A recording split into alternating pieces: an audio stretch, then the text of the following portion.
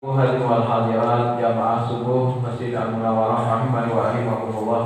Puji dan syukur marilah bersama-sama kembali kita panjatkan kehadiran Allah Subhanahu wa taala atas limpahan segala nikmat dan karunia-Nya, hidayah serta petunjuk hidayah sehingga pada kesempatan di hari ini bertepatan tanggal 28 Dzulhijjah 1443 Hijriah dari penghujung daripada tahun Hijriah ini kita masih diberikan oleh Allah Subhanahu wa taala kesehatan atau keafiatan sehingga dengan nikmat itu pula dapat mengantarkan kita untuk menuju salah satu daripada rumah-rumah Allah di baitin min buyutillah untuk bisa melaksanakan ibadah, menundukkan hati kita, seluruh jiwa kita, seluruh anggota badan kita dalam rangka sujud kepada Allah Subhanahu wa taala sebagai bentuk penghambaan kita kepadanya. Wa ma khalaqtul jinna wal insa illa liya'budun. Tidaklah aku ciptakan jin dan manusia melainkan agar mereka beribadah kepadaku saja Allah. Kemudian juga dengan nikmat ini kita mampu berangkat menuju salah satu daripada rumah-rumah Allah untuk melaksanakan salat lima waktu berjamaah. Karena sesungguhnya dalam sebuah hadis Nabi sallallahu alaihi wasallam disebutkan, "Man masya ila salatin maktubatin." Barang siapa yang dia berangkat berjalan menuju salat lima waktu. Sekalipun di dalam hadis ini masya itu artinya berjalan, tetapi tidak mesti hanya dengan berjalan kaki, Pak. Secara tekstual memang berjalan, tetapi yang namanya kita menuju masjid, apalagi tempatnya agak jauh, maka masya di sini tidak hanya diartikan dengan berjalan kaki, bisa juga dengan berjalan menggunakan kaki mesin buatan Jepang, misalnya kendaraan itu juga berjalan melalui roda-roda yang diputar melalui mesin.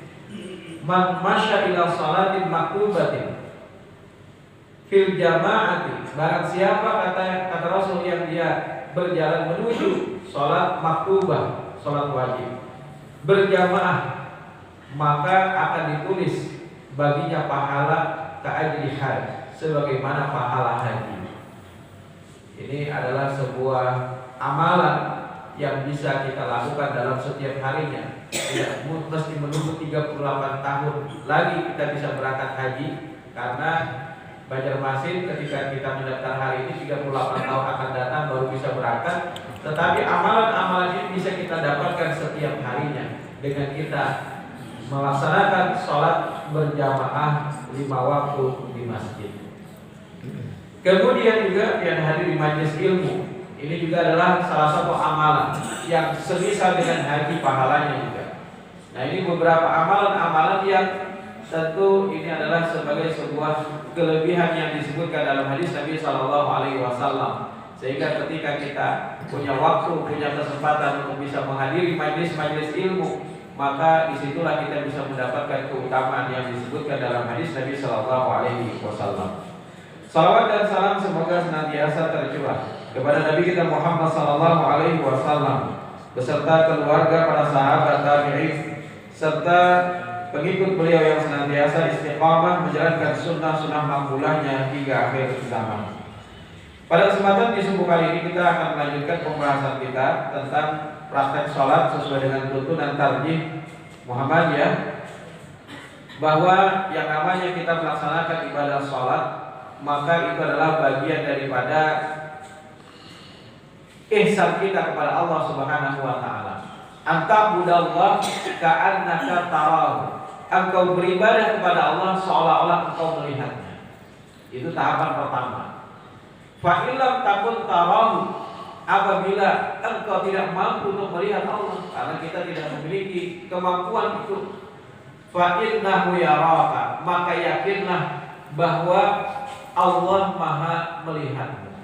Jadi ketika kita dihadapkan untuk bisa melaksanakan ibadah sholat, maka seolah-olah kita pada saat itu berdiri di hadapan Allah Subhanahu wa taala yang Maha agung dan mulia, yang nantinya kita juga akan dihadapkan pada hari kiamat kelak di hadapan Allah. Oleh karena itu, ketika kita di hadapan atasan kita saja, kita berhadap-hadapan, itu begitu khusyuknya kita, begitu perhatiannya kita, begitu fokusnya kita di dalam berhadapan dengan atasan kita. Oleh karena itulah pada saat kita menghadap Allah Subhanahu wa taala di dalam salat, maka keadaan kita juga harusnya lebih fokus, harusnya lebih khusyuk di hadapan Allah Subhanahu wa taala. Yang nantinya kita juga di akhirat kelak akan dihadapkan pada Allah Subhanahu wa taala untuk mempertanggungjawabkan semua amal-amal yang kita lakukan. Bapak-bapak, Ibu hadirin wal hadirat rahimani wa rahimakumullah. Sekedar mengulang bahwa yang namanya kita sholat harus dimulai dengan takbiratul ihram. Muftatahatun bit takbir. Yang namanya sholat itu dibuka dengan takbir. Kalau kita tidak membuka dengan takbiratul ihram, yaitu dengan ucapan Allahu Akbar, maka tidaklah dibuka sholat bagi kita. Maka itu pada saat ketika seseorang terlambat sekalipun di dalam sholat masbuk. Jadi masbuk itu tidak hanya ketinggalan jumlah rakaat, tapi ketika seseorang ketinggalan daripada takbiratul ihramnya imam, maka itu sudah disebut dengan masbuk. Cuma masbuk di sini ada dua macam. Masbuk yang mesti menambah jumlah rakaat kalau lewat daripada rukuknya imam. Ada juga masbuk yang dia tidak perlu menambah jumlah rakaat karena rakaatnya itu sudah sempurna. Nah, ketika dia mendapati imam itu sudah dalam posisi yang bergerak, misalnya entah itu ruku atau mungkin juga sujud, maka tetap saja ketika seseorang memulai sholatnya, dia harus membuka sholatnya dengan takbiratul ihram. Tidak dibuka sholat kalau dia tidak membuka kuncinya terlebih dahulu dengan takbiratul ihram. Jadi muftatahatun bit takbir. Jadi dibukanya itu dengan takbir. Sehingga pada saat misalnya imam dalam keadaan sudah sujud, tetap kita Allahu Akbar. Nah, sebagian ada yang mengatakan langsung menuju sujud, sebagaimana hadis Nabi yang secara umum menyebutkan innama ju'ilal imam yu'tamma bih. Dijadikan imam itu adalah untuk diikuti. Idza kabbara fakabbiru, apabila imam itu takbir maka takbirlah kalian. Wa idza raka'a farka'u, apabila imam itu ruku maka rukulah kalian. Wa idza qala sami Allahu liman hamidah, apabila imam itu mengucapkan sami Allahu liman hamidah, faqulu, maka ucapkanlah kalian Rabbana walakal hamd. Atau ada 4 macam, Rabbana lakal hamd, Rabbana walakal hamd. Dalam hadis Nabi disebutkan demikian. Atau Allahumma Rabbana lakal hamd, atau Allahumma Rabbana walakal hamd. Kalau kita ingin menambahkan hamdan katsiran thayyiban mubarakan fih, maka ada 30 malaikat yang berlomba-lomba katanya menulis kebaikan orang yang telah mengucapkan hamdan katsiran thayyiban mubarakan fih. Nah, ketika kita mendapati imam tadi dalam keadaan misalnya ruku atau mungkin sujud, maka kita harus mengikuti apa yang dilakukan oleh imam. Innama ju'ilal imam yu'tamma bih. Jika pada saat seseorang sudah membuka Allahu Akbar, maka posisinya akan menuju kepada apa yang dilakukan oleh imam. Imam ruku, maka dia ruku. Imam sujud, maka dia langsung menuju sujud. Sebagian lain mengatakan bersedekap dulu, bersedekap. Tapi alasan bagi mereka yang langsung menuju kepada apa yang dilakukan imam berdasarkan hadis umum tadi. Yang kedua adalah bersedekap itu dilakukan ketika berdiri. Tapi karena posisi daripada imam itu sudah dalam keadaan sujud, maka kita tidak lagi berdiri, langsung menuju kepada apa yang dilakukan oleh imam. Nah, Bapak-bapak, Ibu hadirin wal hadirat rahimakumullah. Lanjutan daripada pembahasan kita adalah terkait dengan Al-Fatihah. Itu kemarin sudah, bahwa makmum di belakang imam itu juga wajib untuk membaca Al-Fatihah. Sekalipun memang ada ayat dalam surah Al-A'raf ayat 204 yang bunyinya wa idza quri'a al-Qur'an fastami'u lahu wa ansitu la'allakum turhamun. Apabila dibacakan Al-Qur'an, maka dengarkanlah, fastami'u lahu wa ansitu, dan perhatikan, la'allakum turhamun, semoga akan mendapatkan rahmat. Nah, ayat ini memang menegaskan ketika seseorang mendengar ada yang baca Al-Qur'an, baik itu di dalam sholat atau di luar sholat, maka kita dia mendengarkan. Tetapi khusus untuk bacaan Al-Fatihah, menurut jumhur ulama termasuk oleh majelis tarjih, dihukumi ada hadis lain yang mentaksis, yaitu adalah yang berbunyi la sholata liman lam yaqra bi Fatihatil Kitab. Tidak sah salat orang yang tidak membaca Al-Fatihah atau Ummul Kitab. Nah, berarti wajib bagi seseorang membaca Ummul Kitab atau juga Al-Fatihah ketika dia di dalam salat, baik itu dalam salat yang sendirian atau juga di dalam salat yang berjamaah. Cuma kalau memang sempat. Jika tidak sempat, maka ada hadis lain lagi Pak yang menghususkan man adraka raka'atan faqad adraka shalah. Barang siapa yang dia masih mendapati rukuknya imam, maka dia masih mendapatkan rakaat yang sempurna. Jadi hadis yang pertama tadi ditaksis lagi dengan hadis yang kedua yang menyebutkan ketika seorang makmum itu masih mendapati rukuk bersama-sama dengan imam, maka dia masih mendapatkan rakaat yang sempurna. Bahkan Abu Bakar ketika dia mendengar Nabi ingin rukuk, Pak, itu sudah jauh-jauh lagi belum masuk masjid, itu sudah rukuk duluan, Pak. Entah bagaimana diceritakan pada saat itu Abu Bakar masuk ke dalam shaf, entah dalam keadaan rukuk berjalannya atau tidak diceritakan. Tetapi yang penting pada saat itu Abu Bakar langsung rukuk mengikuti rukuknya Nabi, padahal dia belum masuk ke dalam shaf. Ketika selesai sholat, maka Nabi pun menegur Abu Bakar. Teguran Nabi kepada Abu Bakar bukan zid raka'atan atau tambah satu rakaat karena rakaatmu kurang, tidak. Karena pada saat kita sudah berada pada posisi rukuknya imam, itu kita masih mendapatkan rakaat yang sempurna ketika walaupun kita belum sempat membaca Al-Fatihah. Nah, tetapi yang ditegur oleh Nabi pada saat itu adalah alaika bis-sakinah. Hendaknya engkau mendatangi sholat itu dengan tenang, jangan terburu-buru. Jadi tenang, kita masuk, apa yang kita dapati daripada imam maka kerjakanlah, apa yang kurang tinggal kita menambahkannya. Jadi hadis yang kedua ini mentaksis hadis yang pertama. Ketika memang keadaan kita tidak sempat untuk membaca Al-Fatihah, maka sepanjang kita masih mendapati rukuknya imam, kita masih mendapatkan rakaat yang sempurna. Nah, Bapak-bapak Ibu hadirat rahimakumullah, lanjutannya adalah terkait dengan pembahasan amin. Apabila imam membaca amin, maka hendaklah kamu juga membaca amin. Karena sesungguhnya barang siapa yang membaca amin bersamaan dengannya, dengan aminnya malaikat, maka akan diampuni dosa-dosanya yang telah lalu, sebagaimana yang tersebut dalam hadis riwayat Bukhari dan Muslim. Idza amana al-imam fa aminu, apabila imam itu amin, maka hendaknya kalian juga para makmum amin. Jadi bersamaan dengan aminnya imam. Fa innahu man waqafa ta'minuhu ta'minal malaikah, maka sesungguhnya apabila aminnya itu bersama dengan aminnya para malaikat, ghufira lahu ma taqaddama min dzambi, diampuni dosa-dosanya yang telah lalu. Wa qala Ibnu Syihab, berkata Ibnu Syihab, wa kana Rasulullah sallallahu alaihi wasallam yaqul amin. Berkatalah Rasul pada saat beliau salat, beliau mengucapkan amin. Jadi imam pun juga mengucapkan amin, Pak. Kemudian diikuti bersamaan dengan itu aminnya para makmum. Kemudian dibawakan juga dalam hadis Bukhari dan Muslim ditegaskan, an Abi Hurairah radhiyallahu anhu, anna Rasulullah sallallahu alaihi wasallam qala, idza qala ahadukum amin wa qalatil malaika fis sama amin.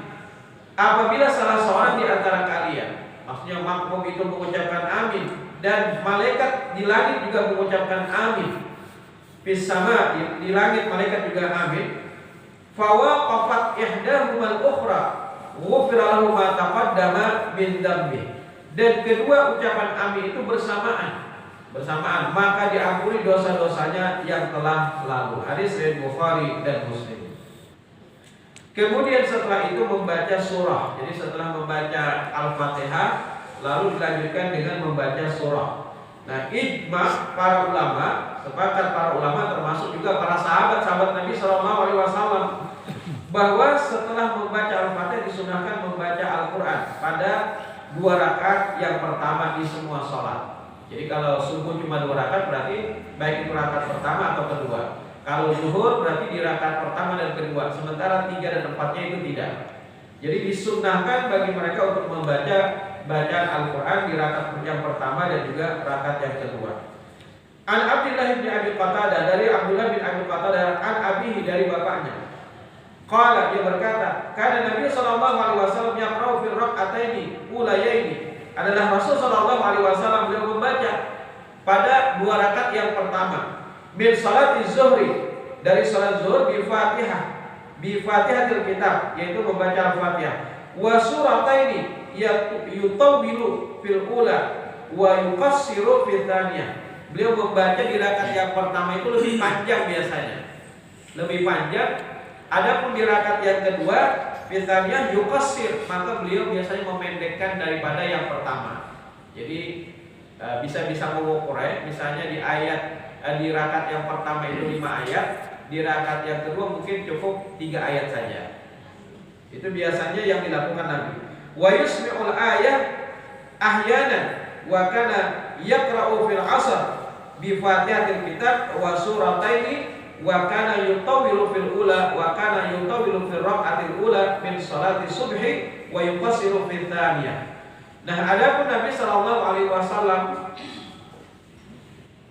beliau memperdengarkan ayat kepada kami. Beliau membaca Al-Fatihah dan pada salat asar dan juga Nabi Shallallahu Alaihi Wasallam membaca dari awal Al-Fatihah di rakaat yang pertama, 2 rakaat yang pertama, salat zuhur dan juga asar, dengan memanjangkan pada rakaat yang pertama dan memendekkan pada rakaat yang kedua. Dan kadang-kadang beliau memperdengarkan ayat kepada kami. Beliau membaca Al-Fatihah pada salat asar dan juga membaca 2 surah dengan surah yang panjang pada rakaat pertama, dan beliau juga biasanya memperpanjang bacaan di surah di rakaat yang pertama salat subuh dan memperpendek di rakaat yang kedua. Dari hadis di atas dapat diambil pula pelajaran bahwa bacaan ayat dan surah pada rakaat pertama itu biasanya lebih panjang daripada rakaat kedua. Hikmahnya adalah agar makmum yang masih energik dan bagi yang terlambat bisa mendapatkan rakaatnya imam. Jadi kalau misalnya di rakaat yang pertama itu dipanjangi, karena memang jamaah itu masih segar, bugar, atau juga ada jamaah-jamaah lain yang belum datang, sehingga berkesempatan untuk bisa mendapatkan rakaat yang pertama. Kalimat wa yusmi'u lana ayatan ahyanan, kadang-kadang beliau memperdengarkan ayat kepada kami. Ini menunjukkan bahwa bacaan tersebut termasuk sir.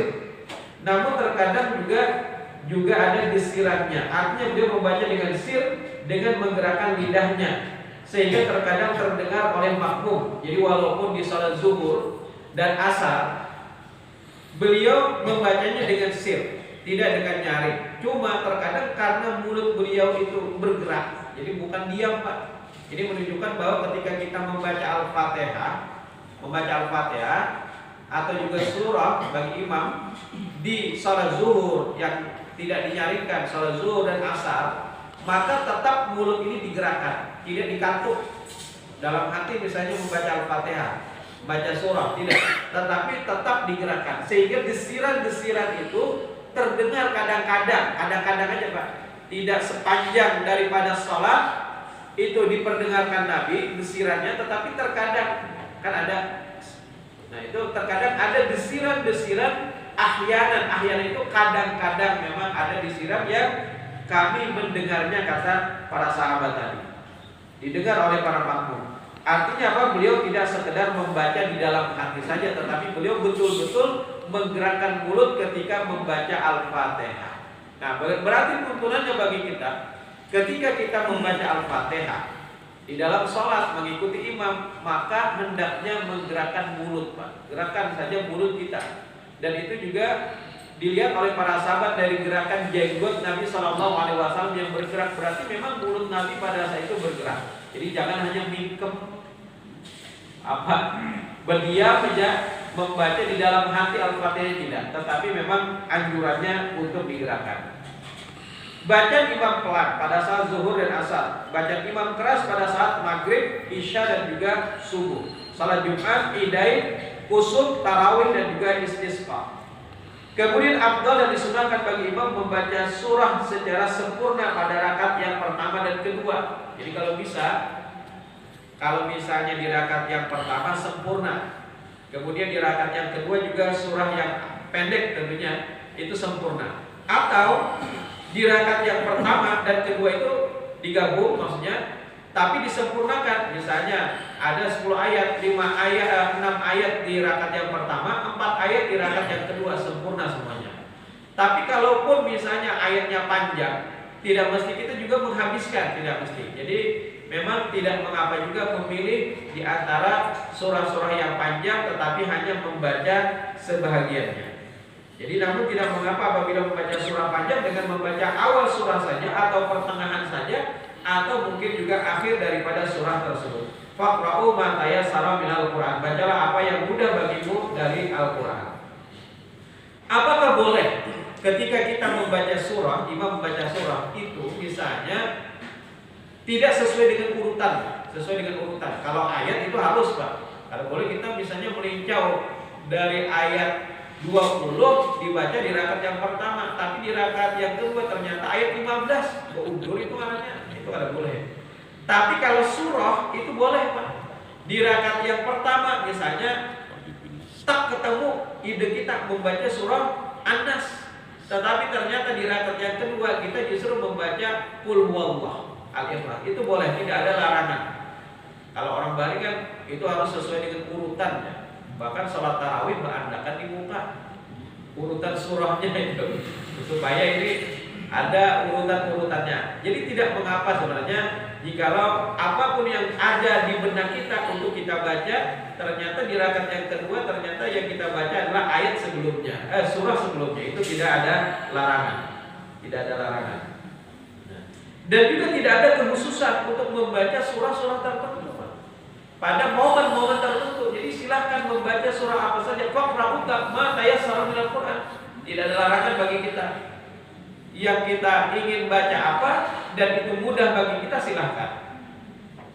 Memang ada riwayat-riwayat yang menyebutkan bahwa misalnya dalam sebuah hadis Nabi SAW ketika sholat Jumat beliau biasa membaca di rakaat yang pertama Al-A'la, di rakaat yang kedua Al-Ghasyiyah. Itu ada disebutkan dalam hadis Nabi SAW. Begitu juga pada saat sholat Id, biasa di rakaat yang pertama Nabi membaca Al-A'la, di rakaat yang kedua beliau membaca Al-Ghasyiyah. Tetapi tidak menutup kemungkinan boleh saja seseorang memilih surah-surah yang lain selain daripada surah yang memang pernah dibaca oleh Nabi SAW. Jadi memang Nabi juga dalam sholat Id pernah juga membaca selain daripada Al-A'la, surah-surah yang lain di dalam sholat beliau. Karena Rasulullah SAW yaqra'u fil Idain, adalah Nabi SAW biasa beliau membaca pada saat sholat Id, dua sholat Id, wa fil Jum'ah, dan juga di dalam sholat Jumat, bisabbih isma rabbikal a'la, yaitu dengan surah Al-A'la. Wa hal ataka haditsul Ghasyiyah, dan juga membaca surah Al-Ghasyiyah. Kemudian juga disebutkan di dalam hadis Nabi yang lain, an Ubaidillah bin Abdillah anna Umar bin Khattab, sesungguhnya Umar bin Khattab sa'ala Abi Waqid, bertanya kepada Abi Waqid Al-Laythi, maka yaqra'u bi Rasulullah SAW fil Adha wa fil Fitri, apa yang dibaca Nabi ketika Idul Adha dan juga ketika Idul Fitri. Faqala, kemudian beliau menjawab, kana yaqra'u fihi ma, adalah Nabi SAW pada saat itu beliau membaca surah Waqaf, yaitu surah Waqaf wal Qur'anil Majid, waqtarabatis sa'ah, dan juga surah yang di situ ada iqtarabatis sa'ah, wan syaqqal qamar, dan juga wan syaqqal qamar. Jadi dua surah itu yang beliau juga pernah membaca pada saat sholat Id. Kemudian di dalam sholat subuh, an Qutbah bin Malik anna sallallahu alaihi wasallam ma'an Nabi sallallahu alaihi wasallam, sesungguhnya dia pernah bersama Nabi sallallahu alaihi wasallam as-subha, salat subuh. Faqara'a fil awal rak'atin, beliau membaca, maksudnya Nabi membaca di rakaat yang pertama, yaitu adalah surah Wan-Nakhla Basiqatin, yaitu ayat Wan-Nakhlu Basiqatin. Kemudian warubba qala Qaf, dan juga pada saat itu barangkali beliau yang dimaksud dengan itu adalah surah Qaf.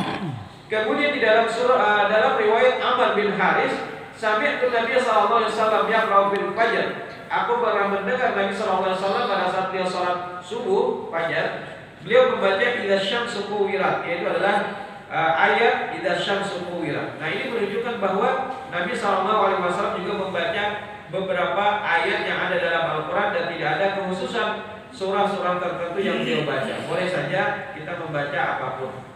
Kemudian selanjutnya adalah setelah kita membaca surah, lalu kita takbiratul ihram untuk menuju rukuk.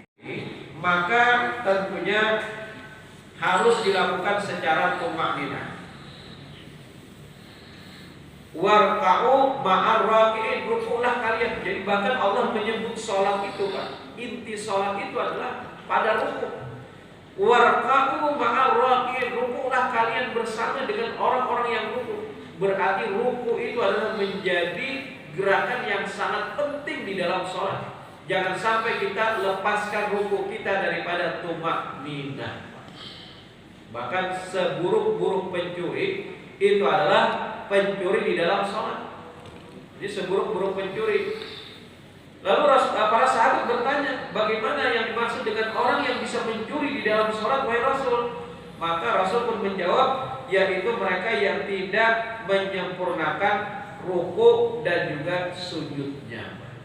Jadi bahkan di dalam ayat Al-Quran tadi Allah menyebutkan sholat itu dengan kata-kata rukuk. Farka'u ma'ar raki'in, rukuklah kalian bersama dengan orang-orang yang rukuk. Tsummarka' hatta tatma'inna raki'an, Rasul bersabda, kemudian rukuklah kalian sampai kalian itu betul-betul sempurna di dalam rukuknya. Jadi bahkan tidak bebaya aja rukuknya, tapi betul-betul tumakninah. Apa yang dimaksud dengan tumakninah? Tumakninah itu artinya tenang, khusyuk, tidak terburu-buru di dalam satu gerakan.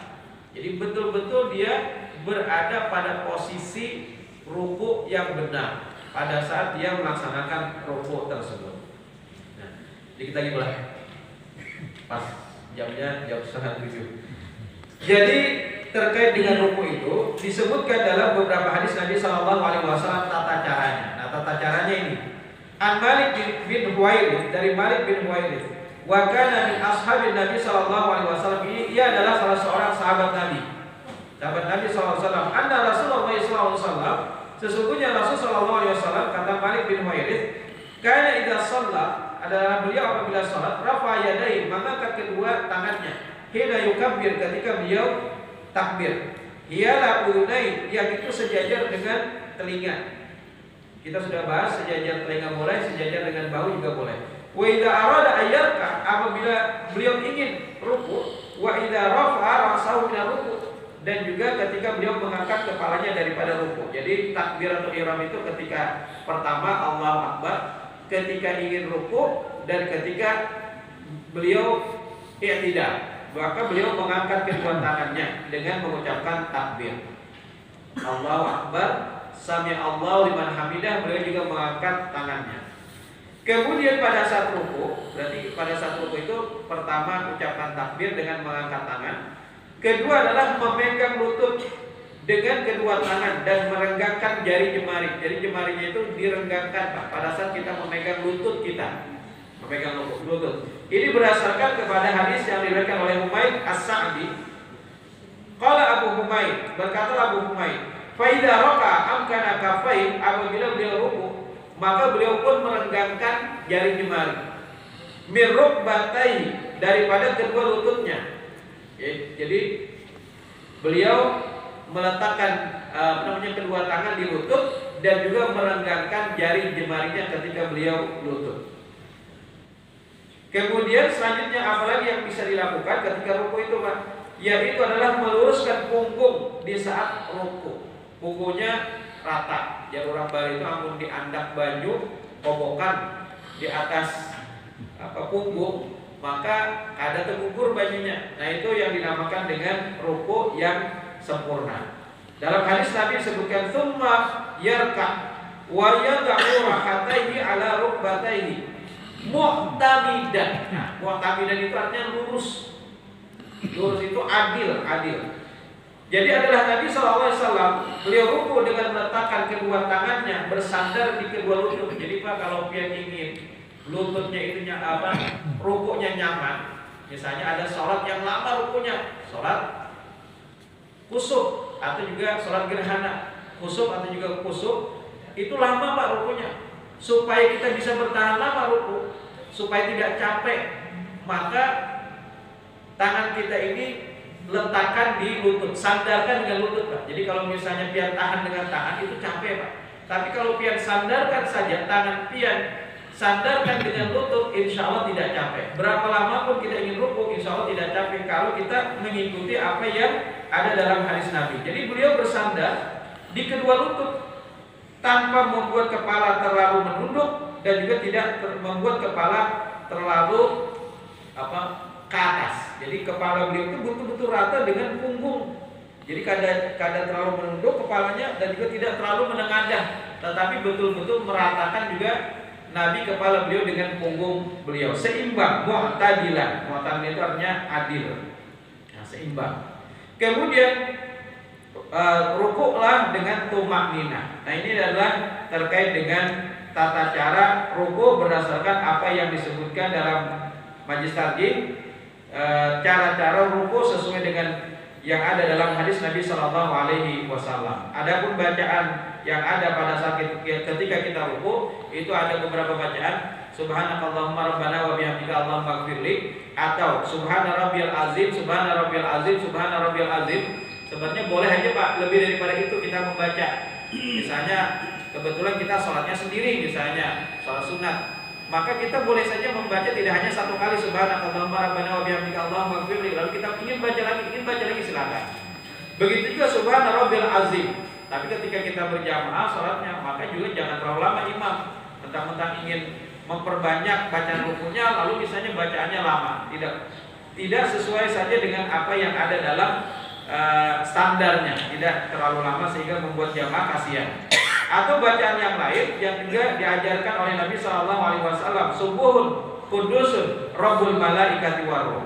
Ini mungkin yang bisa saya sampaikan pada kesempatan di subuh kali ini, mudah-mudahan bermanfaat. Subhanakallahumma wa bihamdika asyhadu an la ilaha illa anta astaghfiruka wa atubu ilaik. Wassalamualaikum warahmatullahi wabarakatuh.